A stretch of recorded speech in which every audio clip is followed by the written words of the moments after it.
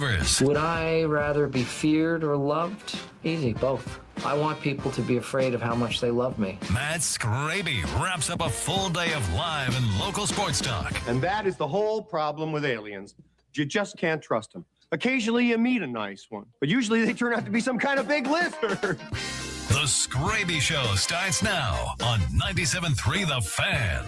Hello and welcome into the Skraby Show for February 9th, 2026. Thank you so much for joining me.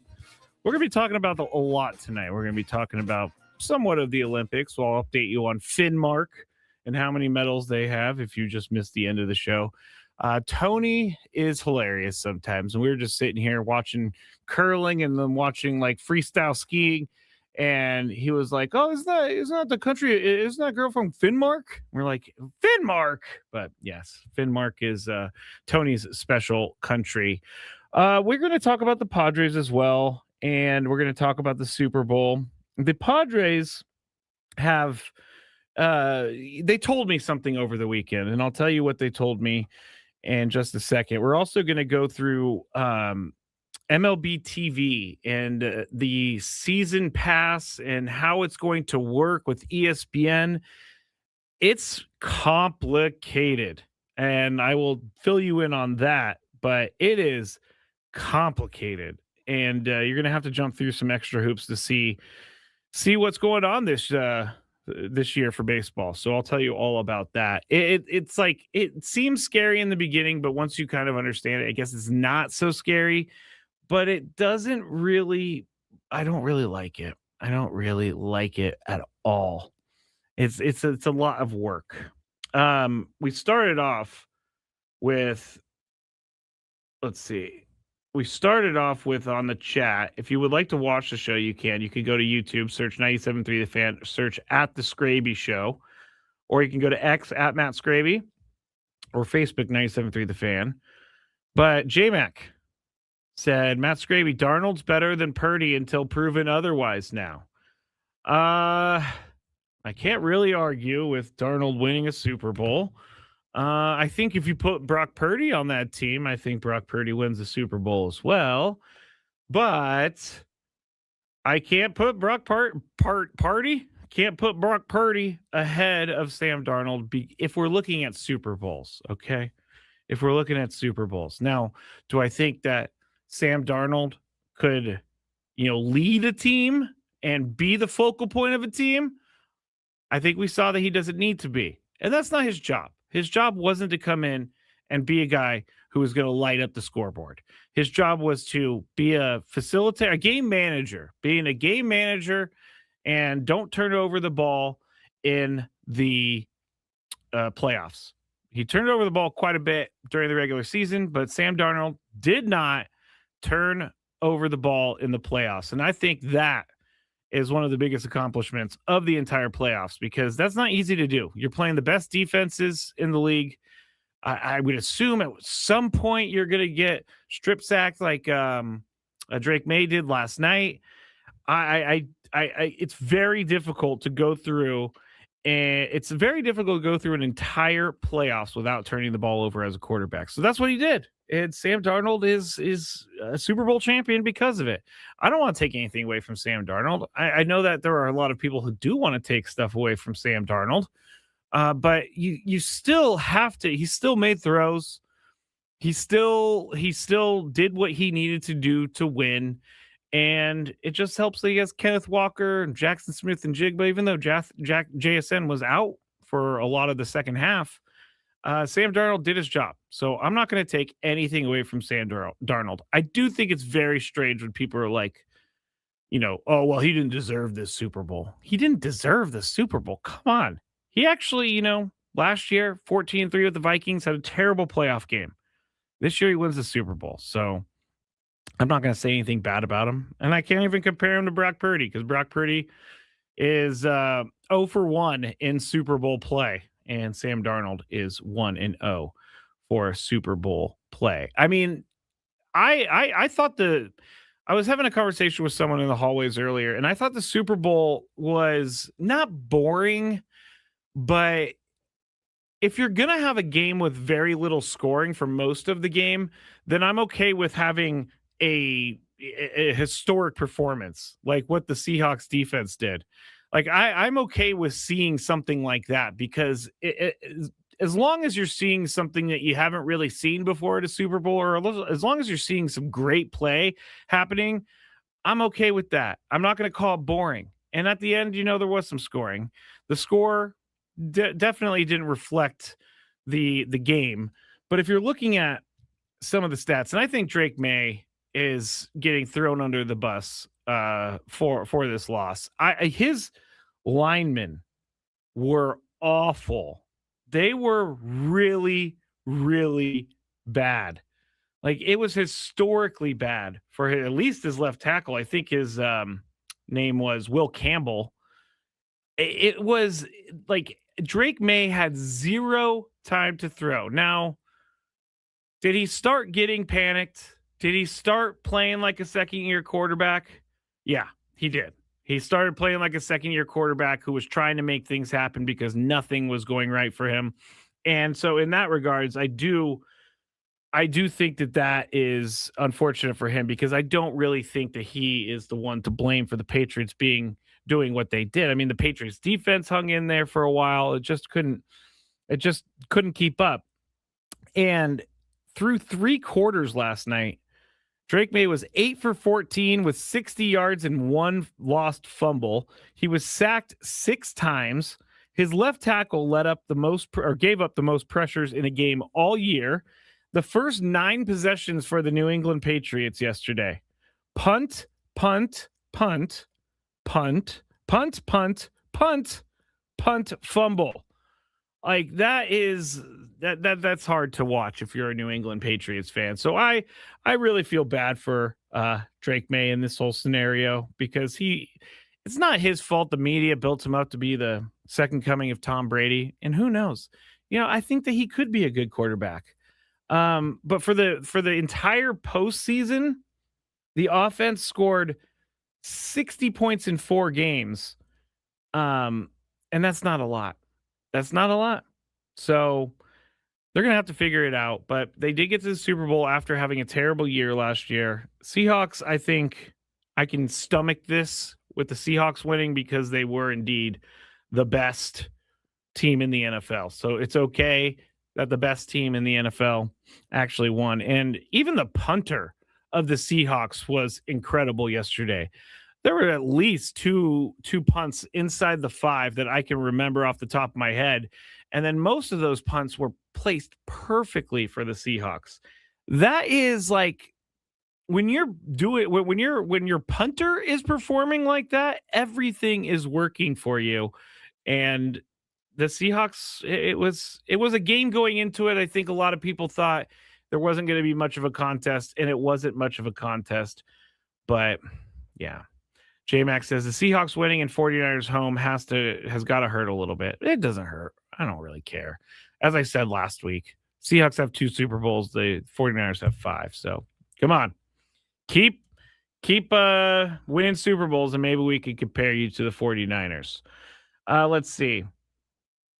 Poor dude was seeing ghosts after the first couple sacks. How ironic is that? How ironic is it that Sam Darnold was famously heard saying on a mic, "I'm seeing ghosts right now," and then Drake May sees ghosts against Sam Darnold in the Super Bowl. What did you think about the Puka comment about Darnold? I think it's dumb. I think Puka needs to really Puka Nacua, if you don't know, right after some point in the game, right after the game, he posted a laughing, crying emoji that said Sam Darnold after it. And it was like insinuating, ha ha ha, I can't believe that guy, won a Super Bowl. That was a joke.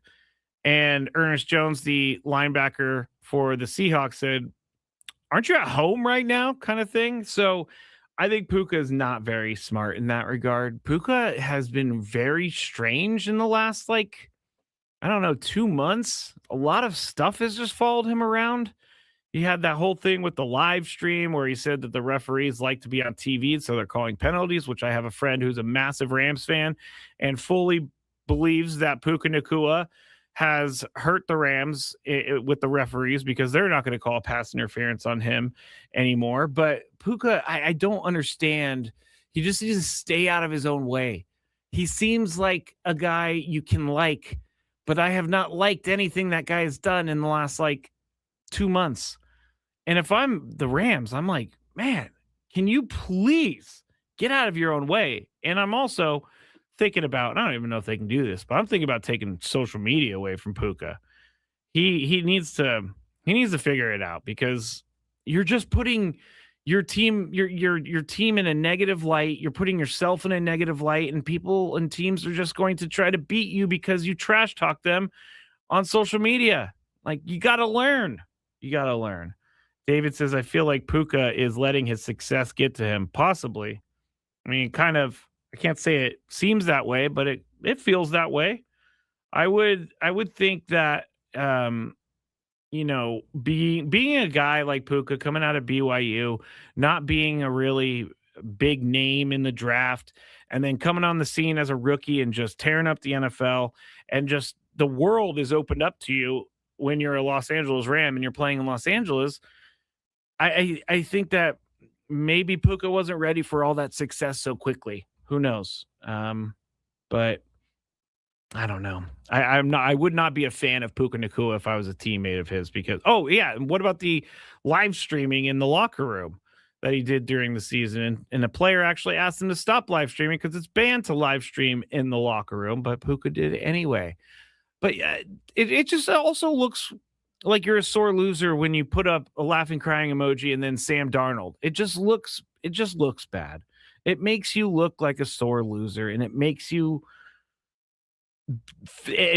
me feel like things Puka says I can't really pay attention to anymore.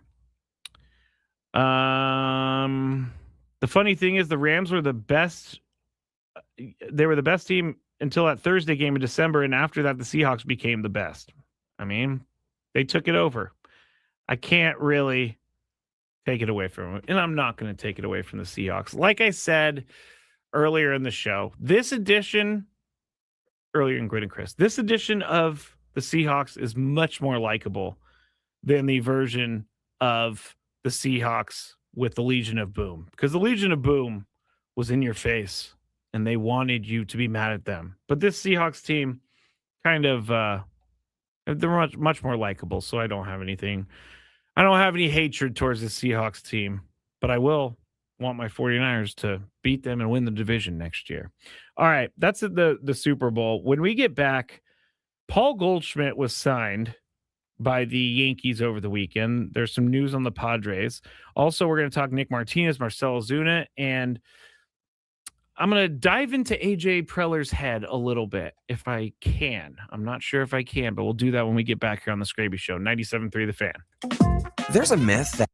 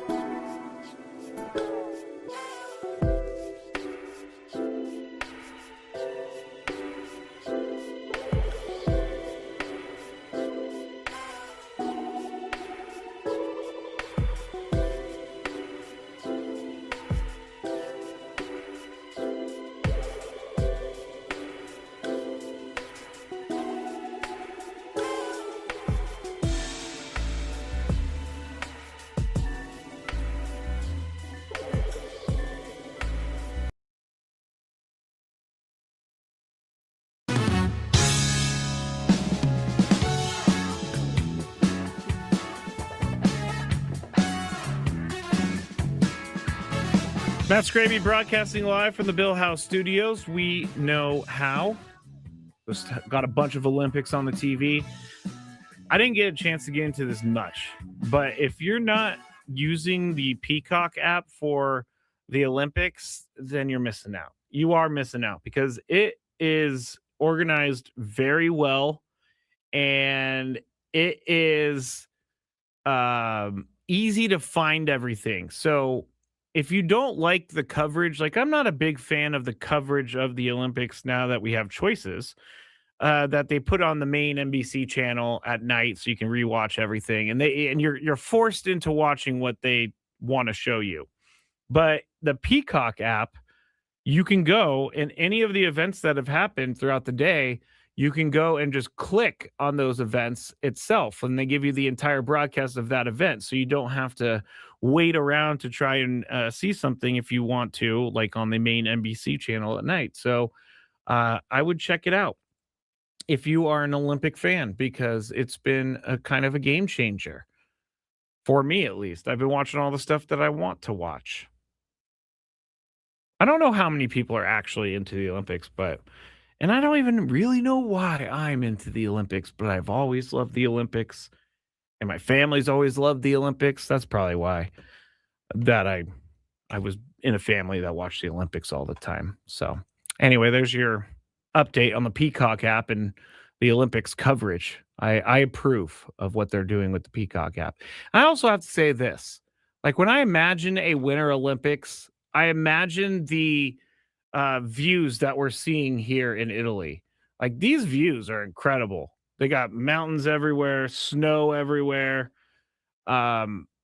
This is the Winter Olympics look that I always envision, because I think it was 2018 was Pyeongchang, and they were struggling with weather and they didn't have snow. And I think when the Olympics were in Vancouver, they didn't have snow. But there's plenty of snow. All right. Done with the Olympics talk. Let's talk about the Padres. I think possibly I have figured out AJ Preller to a degree, a very small degree, because I don't think anybody could figure out what AJ Preller is thinking on a daily basis. The moves that he makes, like Andujar, you could probably identify that Andujar was a guy that the Padres should look at, but we had no inkling that was coming. And so that's kind of how AJ Preller operates. Everybody looks at the shiny object over here, and sometimes he does go after the shiny object. But lately, there's a shiny object over here, and AJ goes and gets someone from the other side, and no one really knows which way he's going. But watching guys like Nick Martinez and Marcell Ozuna go off the board this weekend, Nick Martinez going to the Rays, Marcell Ozuna going to the Pirates. Nick Martinez, I believe, $13 million for 1 year. Marcell Ozuna, $12 million for 1 year. And this is what it tells me. AJ is going to find the right deal for the right price. He's going to target hyper, what was it? Like hyper, how do I say this? He's just going to focus incredibly hard on targeted players that he wants.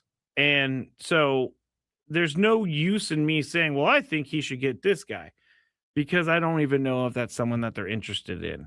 And by the way, there is a fake tweet going around saying that the Padres signed Zach Gallen. That is not true. I would love that if it did happen, but it's not true. So AJ is going to find the right deal for the right price. And I'm actually slightly surprised that Paul Goldschmidt went back to the Yankees, based alone on the price. $4 million for Paul Goldschmidt in 2026. And we know that the Padres were in it. We don't know the extent of how involved the Padres were. But if you're looking at the price, that is an AJ Preller price point right there. $4 million for first baseman, veteran first baseman at the end of his career. I think he still has a little bit left in the tank. So I was a little bit surprised that Paul Goldschmidt signed for $4 million with the Yankees, because I thought that was something that the Padres would be able to do. But now with Goldschmidt out, it tells me a couple things. It tells me two things really off the bat. First base is Gavin Sheets to lose. And the Padres are going to most likely have to get by with that unless they make some move that is on the horizon. But if anything, I think the Goldschmidt $4 million is actually a pretty good thing for the Padres because it shows me the market a little bit. Shows me a player who maybe isn't an everyday player but can hit for some power is worth $4 million or less. And so if Paul Goldschmidt's getting the form, if he was getting $9 million or $10 million, that would be an inflated market. And I don't know that Paul Goldschmidt would pay off for $9 or $10 million, but $4 million seems about right. And again, it shows me that that's how some players or some teams view older players with maybe something a little bit left in the tank. But $4 million or less is a good thing. But to hear the Padres, and here's the other part of it, and we talked about this last week. Well, we talked about Framber Valdez signing with the Detroit Tigers for 3 years and like $118 million. He's making like $38 million a year. But when you're talking about AJ Preller going after the extremely targeted players for the right price of, say, $4 million, that's one side. But the other side is that the Padres were in on the Framber Valdez sweepstakes, according to John Heyman, and that is pretty interesting to me. Again, we have no real way of knowing how much the Padres were involved with Framber Valdez talks, but to even consider bringing him in, talking, at least making the initial discussion, it tells me that they are not afraid to possibly spend some big money to bring in a really quality player for the right. They will bring in a really quality player, and they're going to be able to open up the checkbook because Framber Valdez was not cheap. I do not think that the Padres were ever going to go in the $38 million per year range, but I do think that it tells me they're not maybe as strapped for cash as we may think. The Padres payroll is already way up there. It's going to be over $200 million for 2026. So they're already on that fine line of crossing the luxury tax threshold. And if they're it seems like they're willing to go over that threshold if they're able to bring in a guy that's going to help them win a World Series. I don't think that Framber Valdez was close to being in a Padres uniform. We don't know. I would honestly much rather take my chances with a Zach Gallen because his last year was not great to Zach Gallen. So he kind of played himself out of a couple millions of dollars. So he'll be less of a cost than Framber Valdez was for the Tigers. But it just, again, it shows me if they're in on these guys that they aren't afraid to spend the money. And I think that's what a lot of us were afraid of. I think a lot of us were afraid that they weren't going to spend any money. And really this offseason, I guess they haven't really spent much money, and they've made some signings. I think, again, once they get to spring training and once things get going, they're going to bring in a lot more guys. And there are players out there that are waiting to be put on a team or to sign with a team, not put on a team. They would gladly be put on a team. There are players out there. Like I've been talking about Ty France for over a week now. I don't think Ty France is going to change the entire fortunes of the Padres, but I do know that Ty France is a good clubhouse guy, and he's not a terrible baseball player.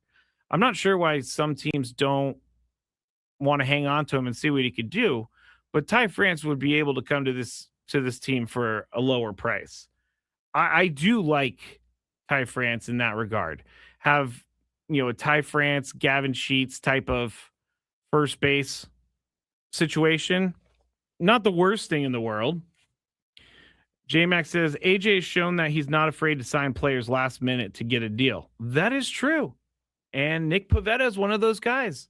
Nick Pivetta's market was not great, according to all the people that know the market, before he signed with the Padres. And that's why the Padres were able to sign Nick Pivetta to the creative deal that they had last year. Now he's making a lot more money this year, but he put up a year last year that makes him, worth that sort of money.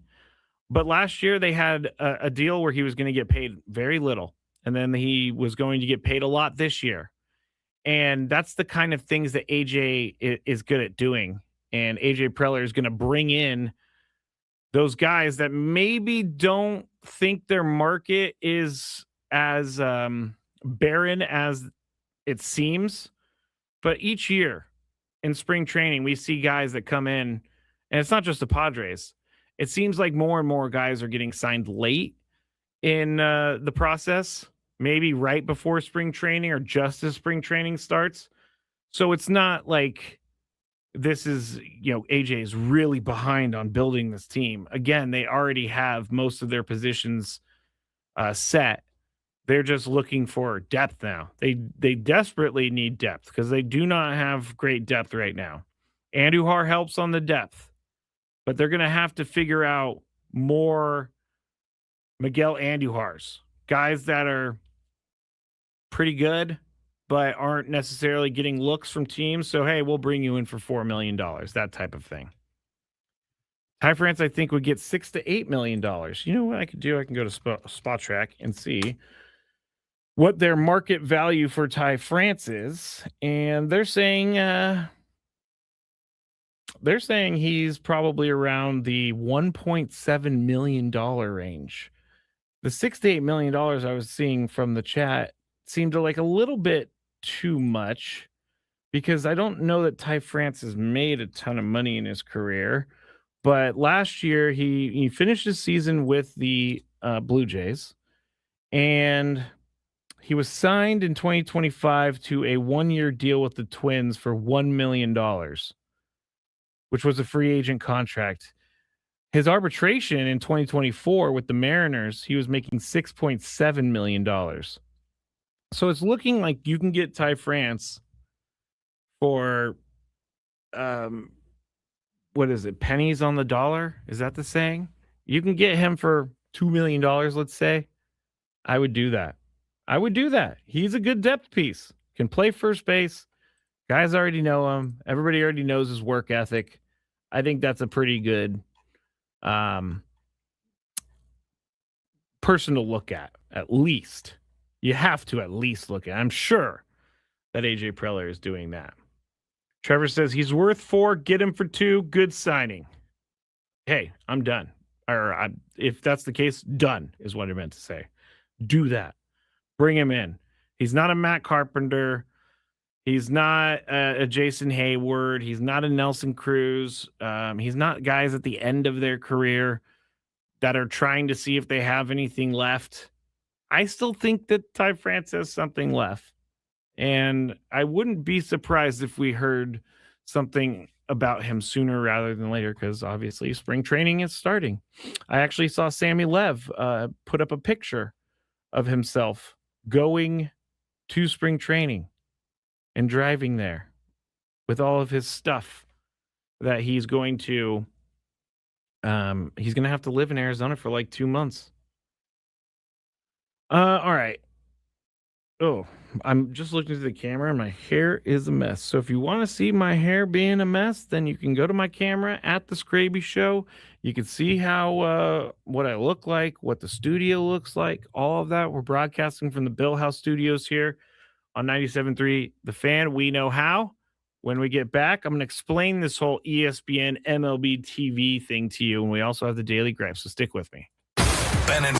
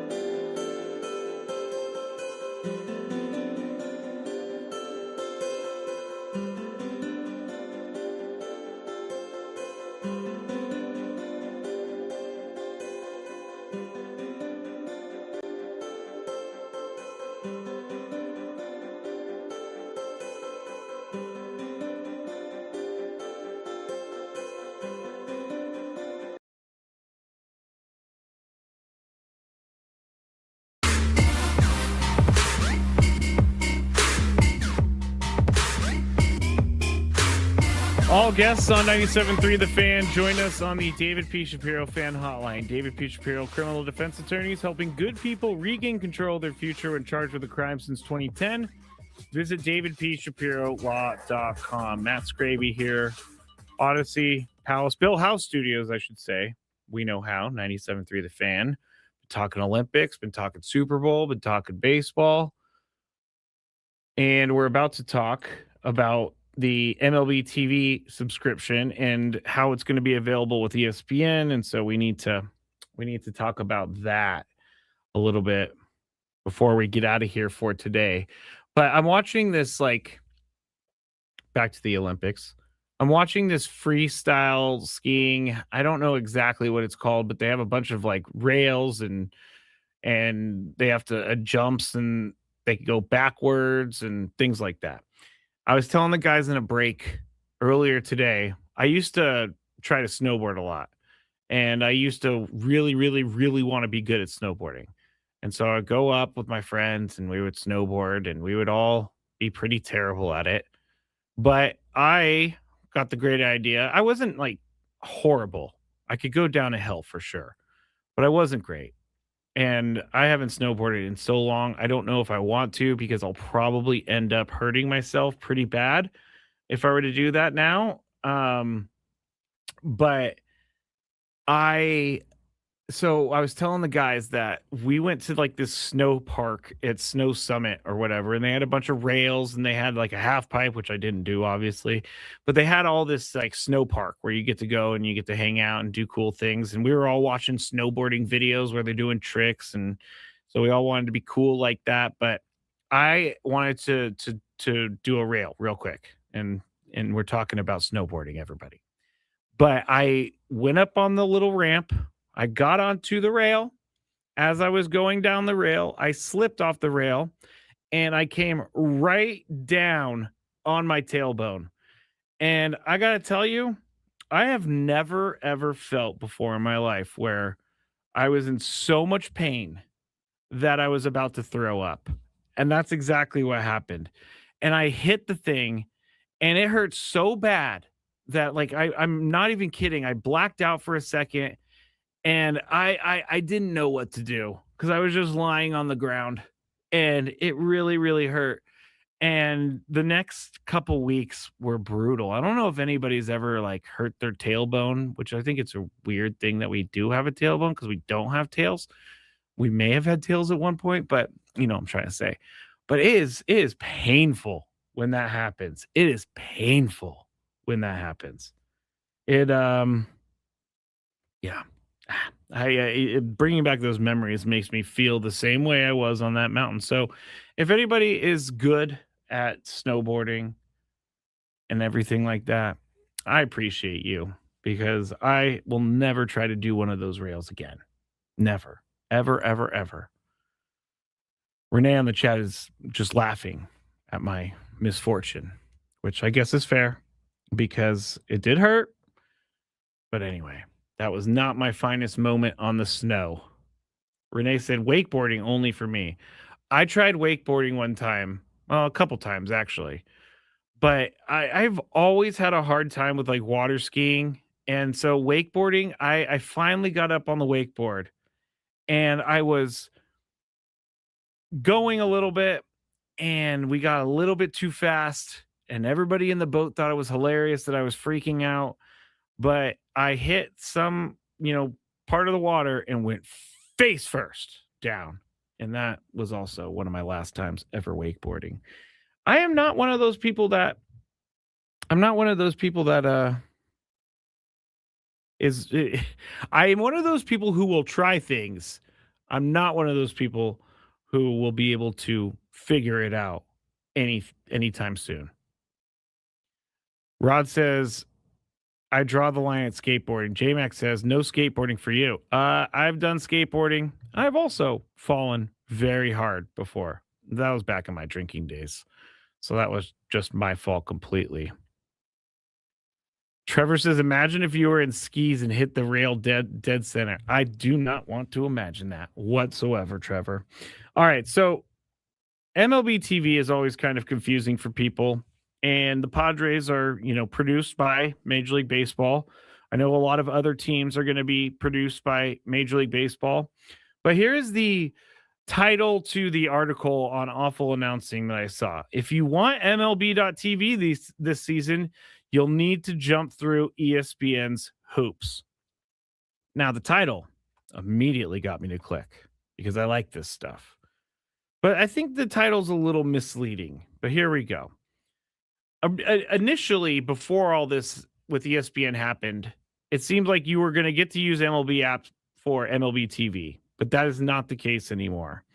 For at least the 2026 season, fans will still be able to access MLB TV directly through MLB's platforms. But here's the catch. MLB TV subscribers will also need to be ESPN Unlimited subscribers to purchase the package. And I'm reading from the Awful Announcing article to make sure I get this right.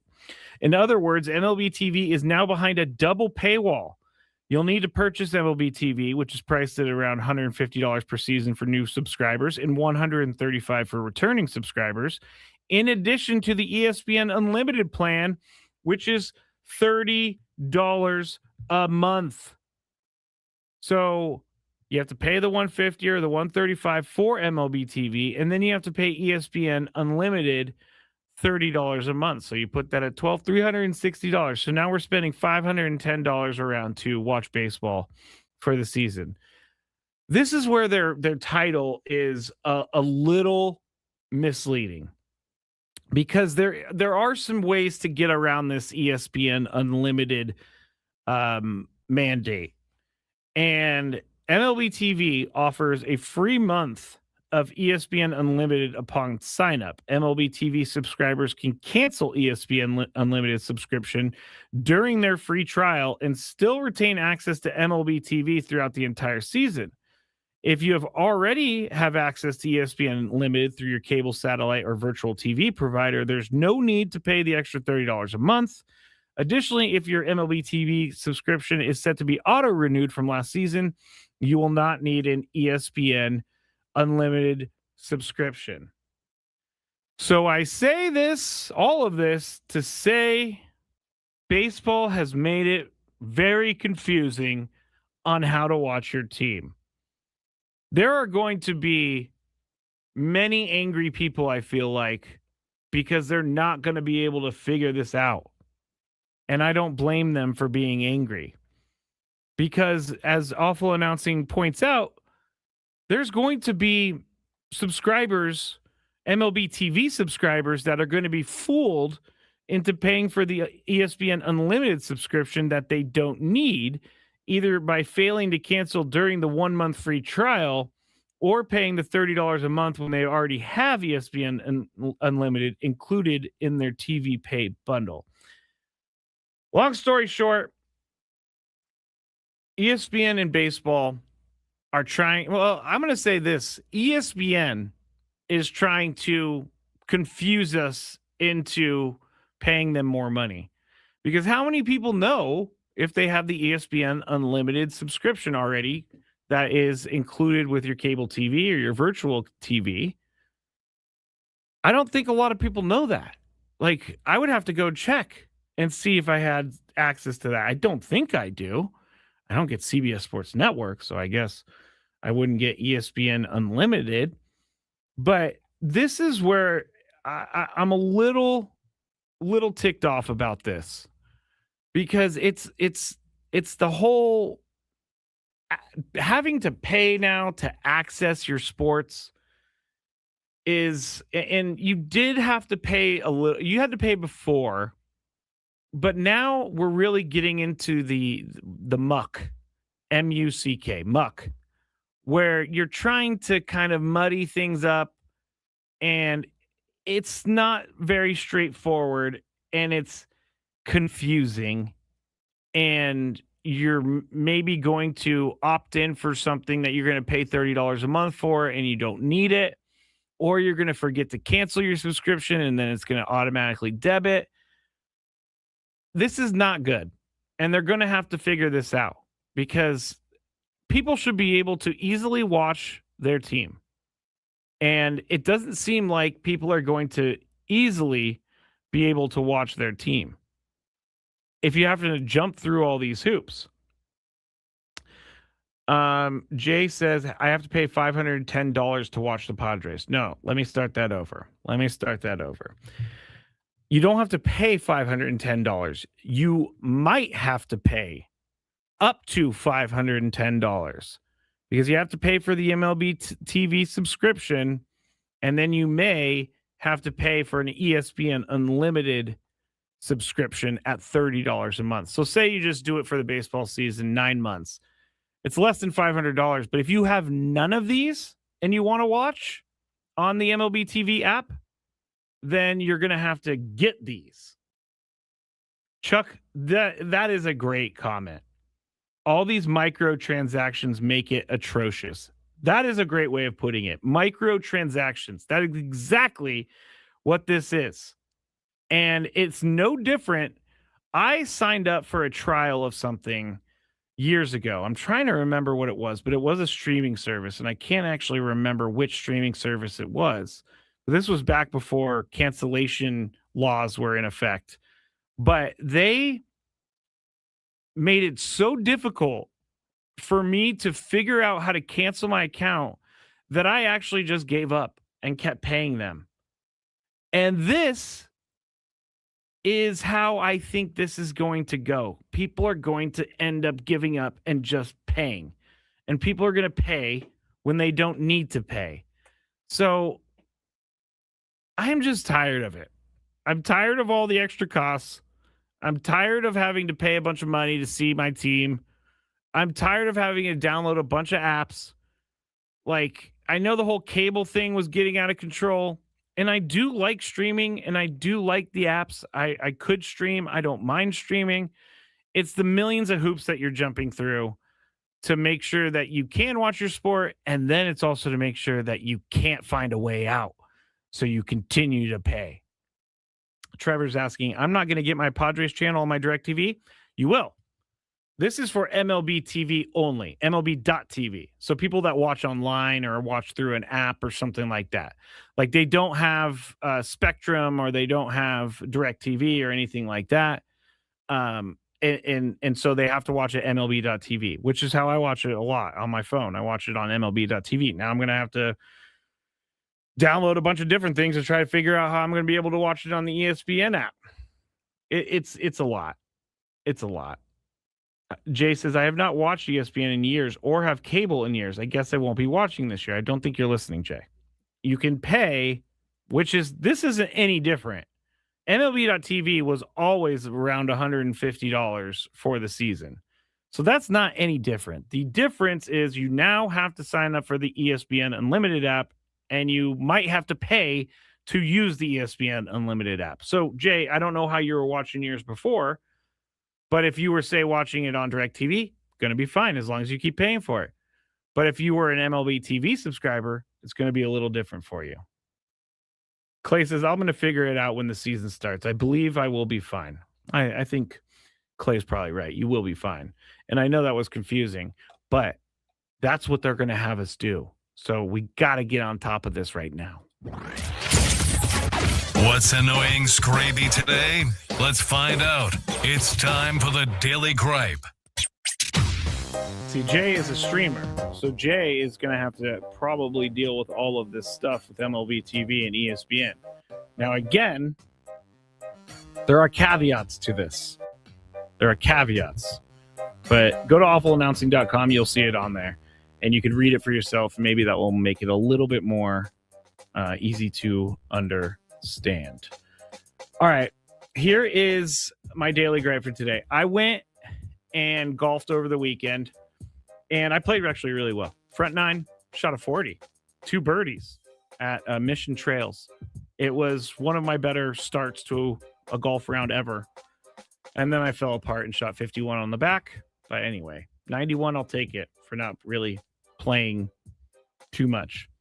But here's my daily gripe. Golf tip guy. I can't stand golf tip guy. I've been playing golf since I was like 3 or 4 years old. And so I have I know what's going on in the golf world. And I know I'm not great. So the golf tip guy is very annoying because I didn't ask for your tips. So if you're someone out there and you're like, hey, I give tips, make sure you know the person that you're giving tips to, because I don't need random golf guy tips.